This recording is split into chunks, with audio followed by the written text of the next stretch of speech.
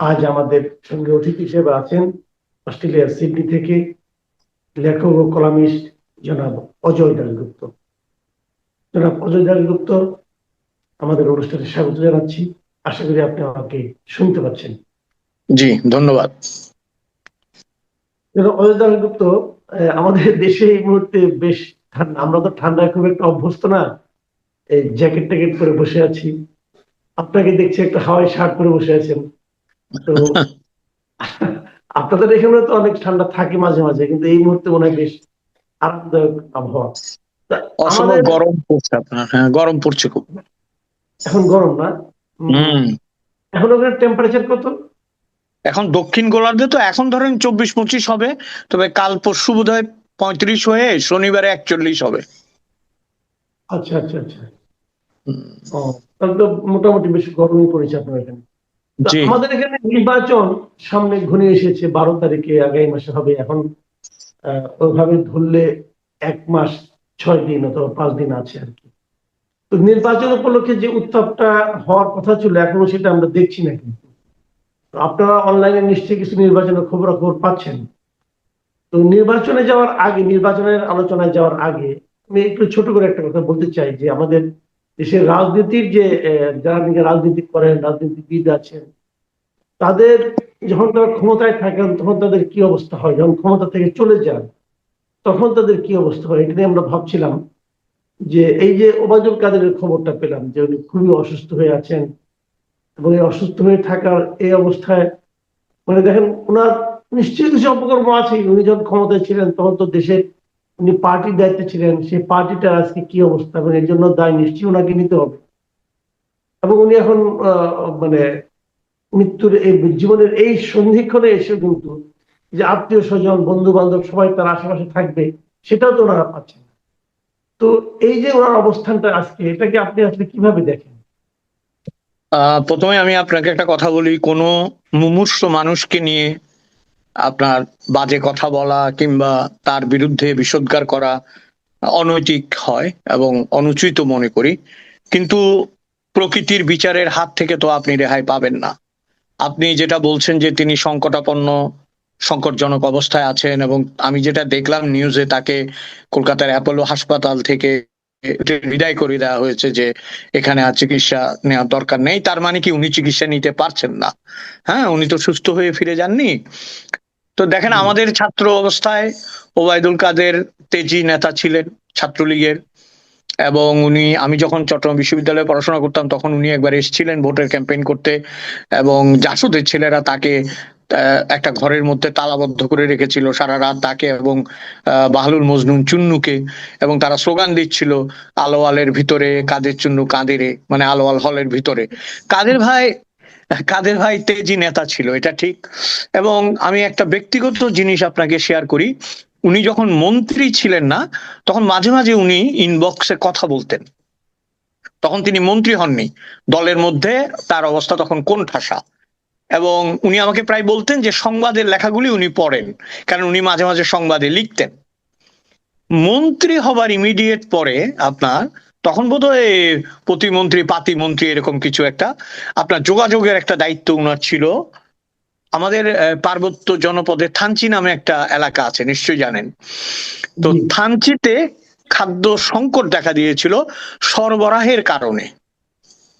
এমন না যে খাদ্যের সংকট, সরবরাহ জনিত কারণ, পৌঁছানো যাচ্ছে না। জি তা আমি জি ফেসবুকে একটা ছোট্ট ছড়া দিয়েছিলাম যে উন্নতি হয়েছে মানছি, উন্নতি হয়েছে মানছি, চাটগা থেকে কত দূরে থানচি, এটা তো জি আপনাদের ব্যর্থতা। উনি রেগে মেগে আমাকে ইয়ে করলেন, এই ফেসবুকের ইনবক্সে একটা মেসেজ দিলেন, সিডনিতে থাকেন, বাস্তবতা জানেন না, আমি তো জান দিয়ে ফেলতেছি, এটা এক্ষুনি উইথড্র করেন। বুঝছেন?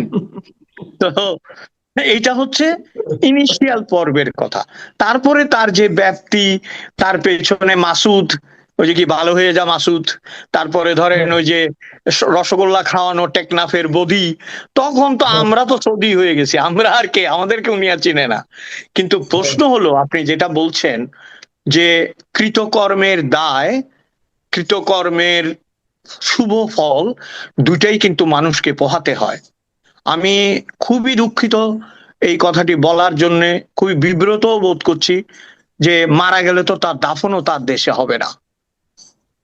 আমরা ধরেন স্বেচ্ছায় দেশ ছেড়ে এসেছি, একটা জিনিস বুঝতে হবে, যারা প্রবাসী হয়, অভিবাসী হয়, যারা স্বেচ্ছায় দেশ ছেড়ে চলে যায়, তাদের মেন্টাল সেট আপটা আরেক রকম।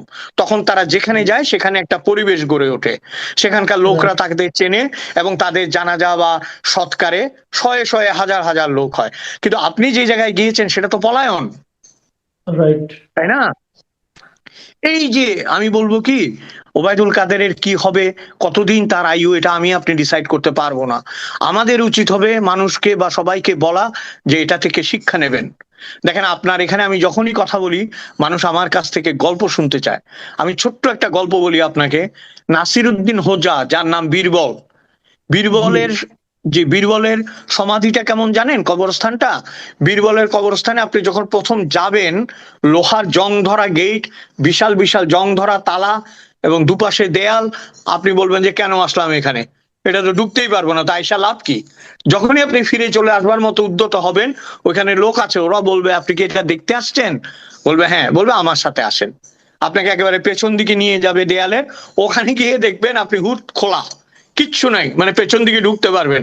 তো বীরবল এই গল্পটার মাধ্যমে বলেছে যে মানুষ সামনের দিকে সব আটকে রাখে, পশ্চাৎ দিক পুরো খোলা, নিজে জানেই না। বুঝছেন? হ্যাঁ। এখন প্রশ্ন হলো, আমরা তার ধরেন দীর্ঘায়ু প্রার্থনা করা এইটা একটা নৈতিক দায়িত্ব, কিন্তু আমরা চাইলেও তাই তিনি দীর্ঘায়ু হবেন না। আর বাঙালির আবেগটা, মাসুদ ভাই, ওয়াহিদুল হক বলছিল একটা গল্প। ওয়াহিদুল হক বলছে যে বিশাল দশাশই এক পাঞ্জাবিকে মেরে ফেলেছে মুক্তিযোদ্ধা দুইটা, লিকলিকে মুক্তিযোদ্ধা। মারার পরে একটার না রিয়েলাইজেশন হয়েছে, কয় চল তো আবার দেখে আসি। দেখতে গিয়ে নাকি বিস্ময়ের সাথে বলতেছে, উরি বাপরে বাপ, এত সুন্দর মোটা একটা লোক আমরা মারলাম কেমনে। বাঙালি শত্রুর ব্যাপারেও আপনার ইমোশনাল হয়ে যায়, দেখেন। আর ও যদি বাঙালি, ও ও যদি মুক্তিযোদ্ধাটারে মারতো, বলতো কি মেনে এক ইবলিস খতম কিয়া হয়, এই কথা বলতো কিন্তু। হ্যাঁ, তো আবেগটা রাখি, আবেগটা আবেগের জায়গায় রেখে বলি, ওবায়দুল কাদের সাহেব আওয়ামী লীগের প্রচন্ড ক্ষতি করেছেন, প্রচন্ড ক্ষতি করেছেন। যার ছত্র ছায়াই তিনি করেন না কেন, তিনি ক্ষতি করেছেন। এবং সকল মানুষ একটা বিষয়ে একমত যে সৈয়দ আশরাফ ভাইকে সরানোর পরে ওবায়দুল কাদের ছিল মিসফিট, আনফিট এবং আনজাজমেন্টাল একজন মানুষ, যার মাধ্যমে আওয়ামী লীগ আজকে এই পরিণতিটা বরণ করেছে। হিটলার মারা গেছে বলে কি আমরা হিটলারকে প্লাস পয়েন্ট দেব?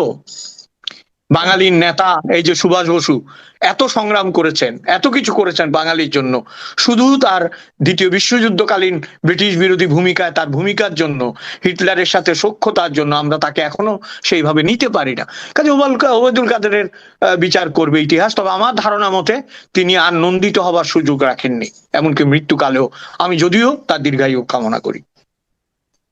জি, আরেকটা ঘটনা, যেহেতু ওবায়দুল কাদের কথা উঠলো এখানে, মানে একজন ব্যক্তি, তারপর ভারত, এরকম প্রসঙ্গ, আরেকটা ছোট প্রসঙ্গ, ঠিক ছোটও না, মানে এটা আসলে এতটা গুরুত্ব নাও পেলে হতো, কিন্তু ব্যাপারটা হয়ে গেছে, আমাদের রাজনীতি ঢুকেও গিয়েছে একটু।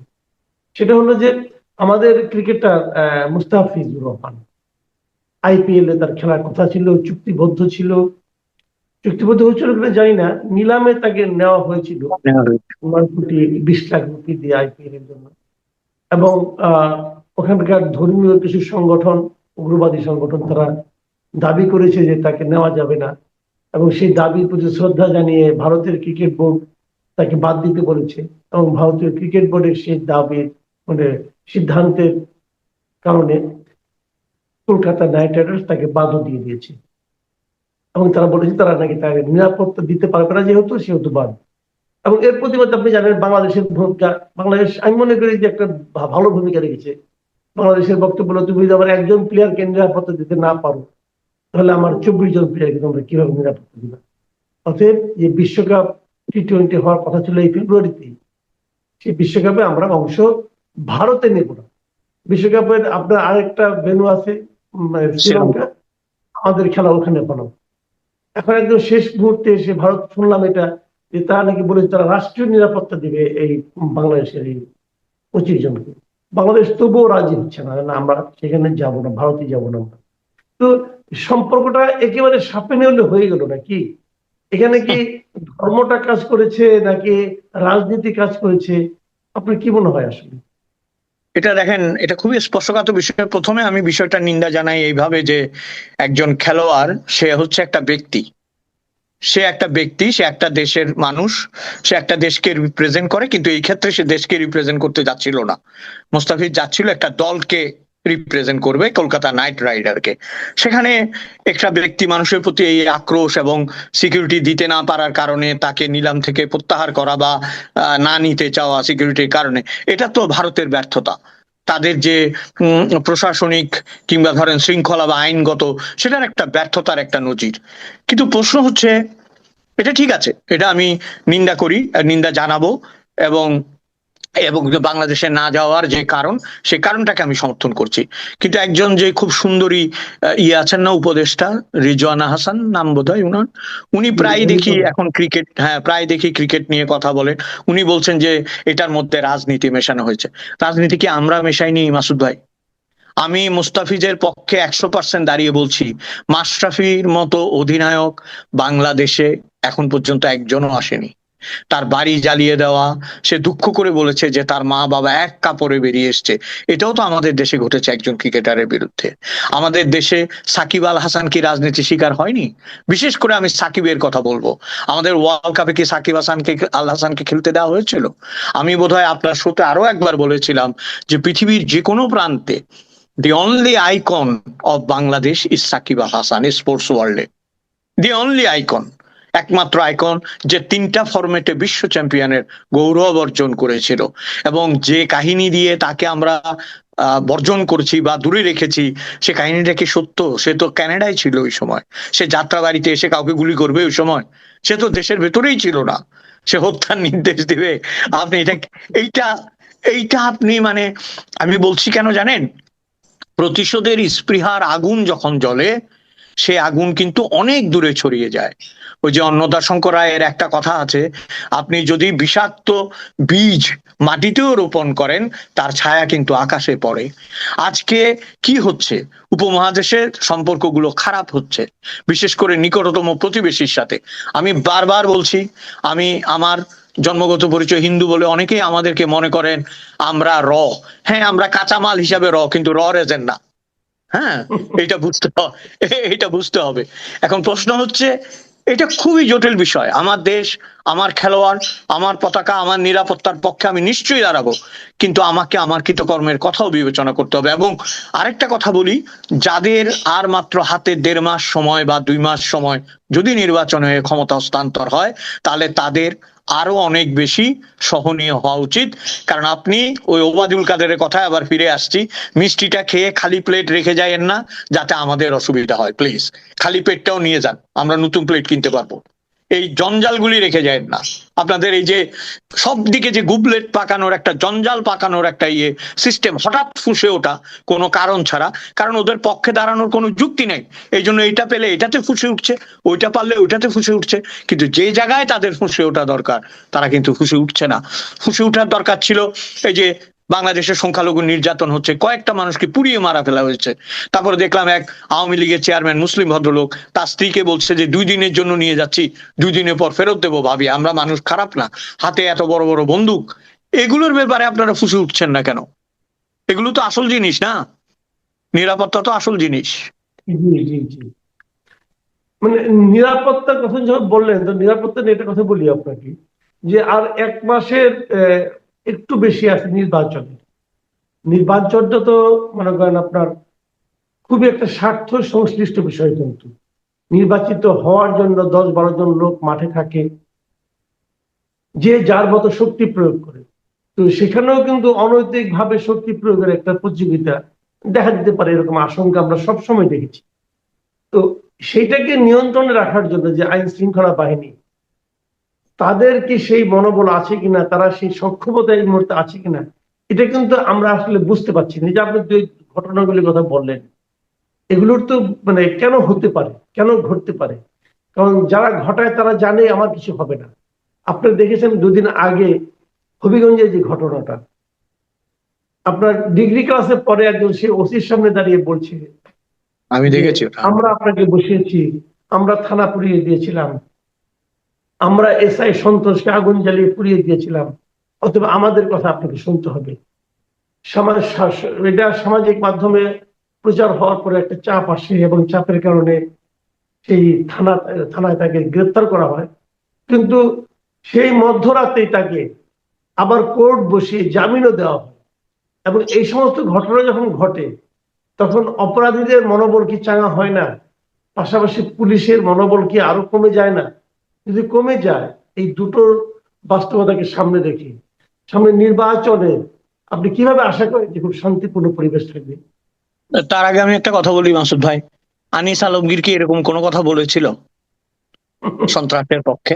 আপনি এমনি দেখেন তো চিন্তা করে, যারা জেলে আছে, কারাগারে নিয়ে গেছে যেসব সাংবাদিকদের, তারা কি এরকম কিছু বলেছিল? তারা কি এরকম কোনো থ্রেট দিয়েছিল পুলিশ মিলিটারির সামনে দাঁড়িয়ে? তাদেরকে এবং আপনি তাদের ঢুকায় রাখছেন, জামিন হচ্ছে না, তাদের তাদের জামিন হচ্ছে জামিন না। দেন নাই আপনি। মধ্যরাতে কোর্ট বসিয়ে একটা সন্ত্রাসীকে জামিন দেওয়া হচ্ছে, সেইখানে আপনি বলছেন যে ইলেকশন ফেয়ার হবে।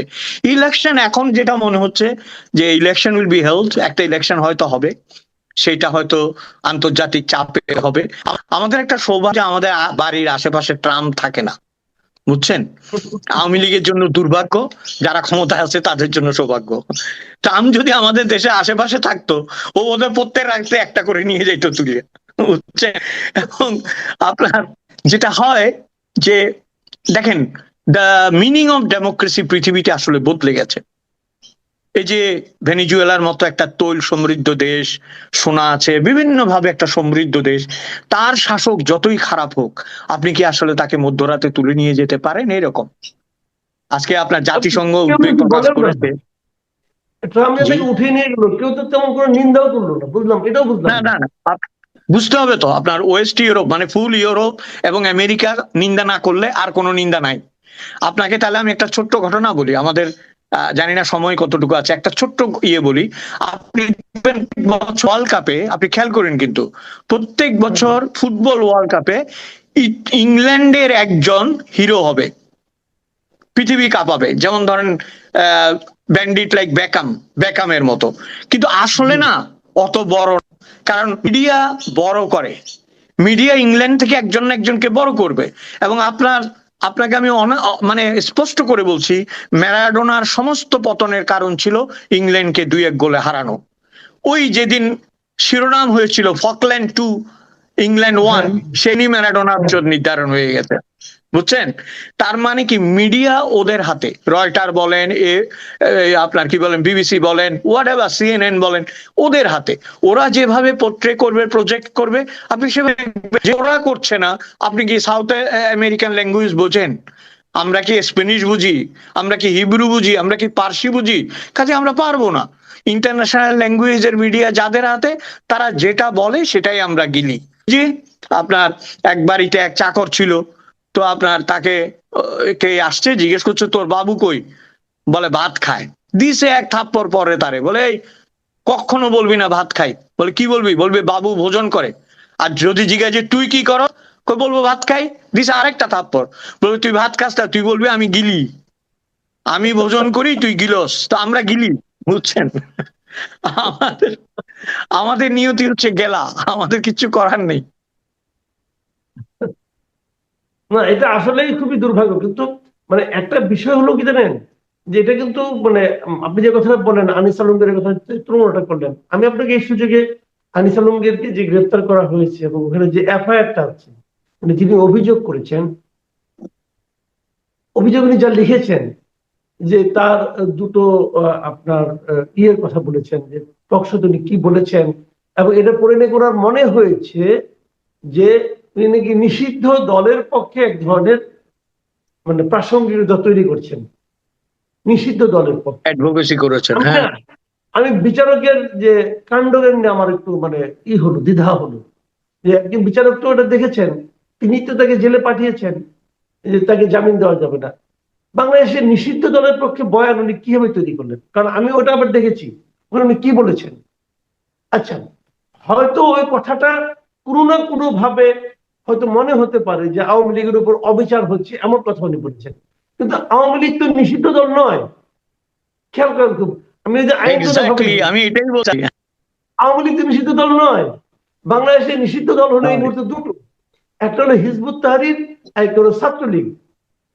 ছাত্রলীগ হলো নিষিদ্ধ। তো ওখানে তো হিজবুত তাহরির এবং ছাত্রলীগের পক্ষে উনি কোনো বয়ান তৈরি করেন নাই। তো এইটা উনি দিয়ে দিলেন, লেখলেন।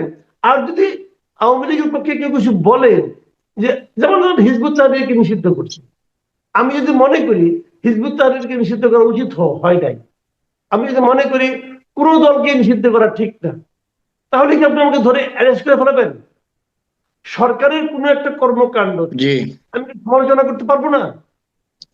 তো এখন তাকে নিয়ে গেল এবং তার জামিনও হলো না। আজকে প্রায় 1 মাসের উপরে হয়ে গেছে, আনিস আলমকে জামিন হচ্ছে না। কিন্তু তার অপরাধ কি? সে নাকি সন্ত্রাস বিরোধী আইনে তাকে আটকানো হয়েছে।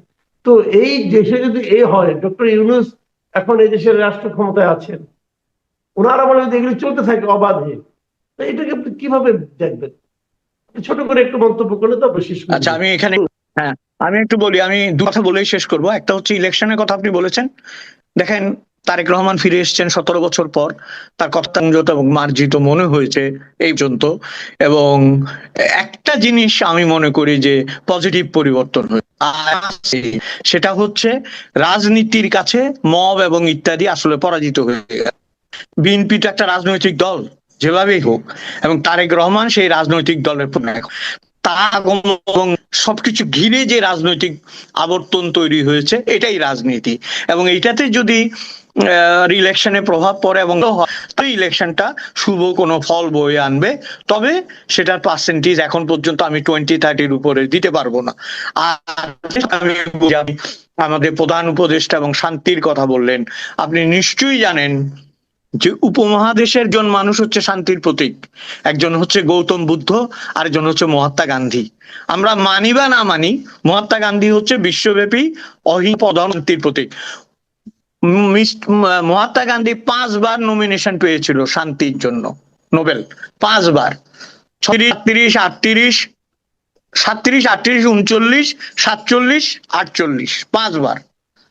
একবার শান্তি পুরস্কার দেয়া হয় নাই, কারণ ওইটা অশান্তি পুরস্কার, তখনই ওরা জানে, বুঝছেন? এবং নোবেল কমিটির একটা লিখিত প্রস্তাব আছে যে আমরা ভুল করেছি, এই লোক এখন আর পৃথিবীতে নাই।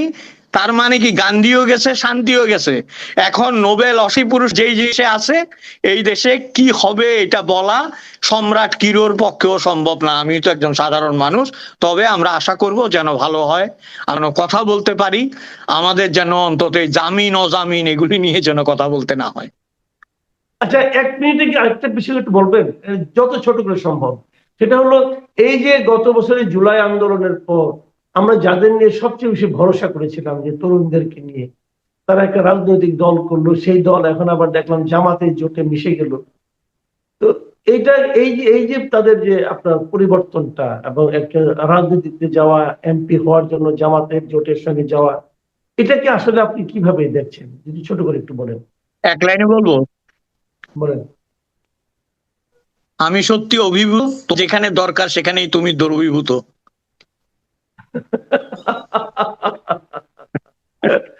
অনেক অনেক ধন্যবাদ, অনেক ধন্যবাদ জনাব অজয় দাশগুপ্ত। প্রিয় দর্শক, ধন্যবাদ। আমরাও যেন যেখানে সেখানে দ্রবীভূত হয়ে মানুষকে অভিভূত না করি, সেই প্রত্যাশা থাকলো। সবাই ভালো থাকবেন। আল্লাহ হাফেজ।